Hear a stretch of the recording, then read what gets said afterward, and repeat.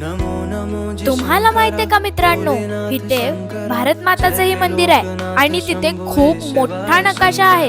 या नकाशावर 12 ज्योतिर्लिंगे दाखवले आहेत. इथली भारत माताची मूर्ती देखील खूपच भारी आहे. इथलं दर्शन घेऊन आम्ही गेलो डायरेक्ट महाकालच्या दर्शनाला.